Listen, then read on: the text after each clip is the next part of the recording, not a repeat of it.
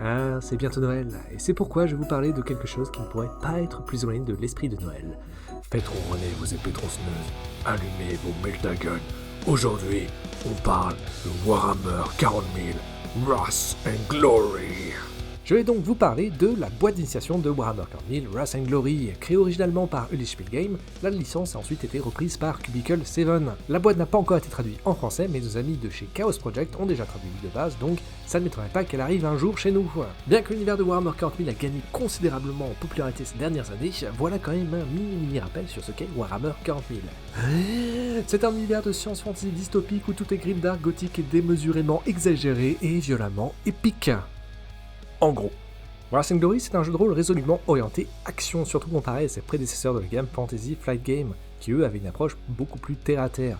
En tout cas, autant que pourrait l'être Warhammer 40 000. Donc, dans Wrath and Glory, on peut jouer une vaste variété d'archétypes venant de l'une des très nombreuses factions de l'univers, allant d'humbles soldats de la guerre impériale et agents de l'administratum, à des puissants Space Marines ou des sœurs de bataille. Et si le système peut supporter tout type d'aventure, horreur, investigation, exploration, le gameplay est plutôt tourné vers l'action bien épique.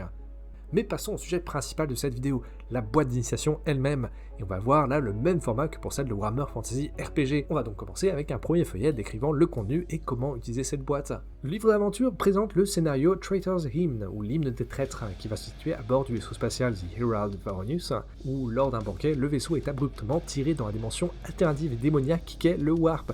Vous avez ce petit plan rempli de démons mangeurs d'âme, et sera donc à la charge des personnages joueurs d'abord de survivre, mais aussi de se débarrasser de la corruption qui infeste le vaisseau et se sortir de cette bien mauvaise situation.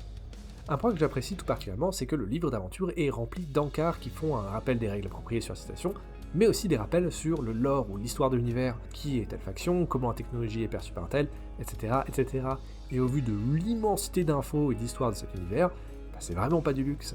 Et si vous voulez aller plus loin, vous avez le livre de contest qui vous donnera plus de personnages, de lieux, ainsi que des approches pour des nouvelles aventures. Et bien sûr, cette boîte d'initiation vient avec 6 personnages pré-tirés, venant tous de factions et de milieux bien différents. On a une sœur de bataille, un soldat du machine, un éclaireur Space Marine et d'autres. Et chacun vient bien sûr avec ses stats, mais aussi des potentielles relations avec les autres personnages, ainsi que des secrets qui pourraient être choisis ou pas pour pimenter un peu l'aventure. Avant de me lancer dans la conclusion, je vais d'abord faire un petit disclaimer, parce que je n'ai pas pu jouer la campagne. Mais, juste en lisant, ça m'a l'air d'être un très bon point d'entrée dans l'univers brutalement intéressant de Warhammer 40 000, ainsi que le système Wrath and Glory. On a toujours cette volonté de rendre l'expérience la plus accessible possible, ce qui est pour moi un véritable plus. Même si là encore, lire le livre de base me paraît encore plus indispensable. Mais à part ça, je recommande très chaudement la boîte d'initiation de Wrath and Glory.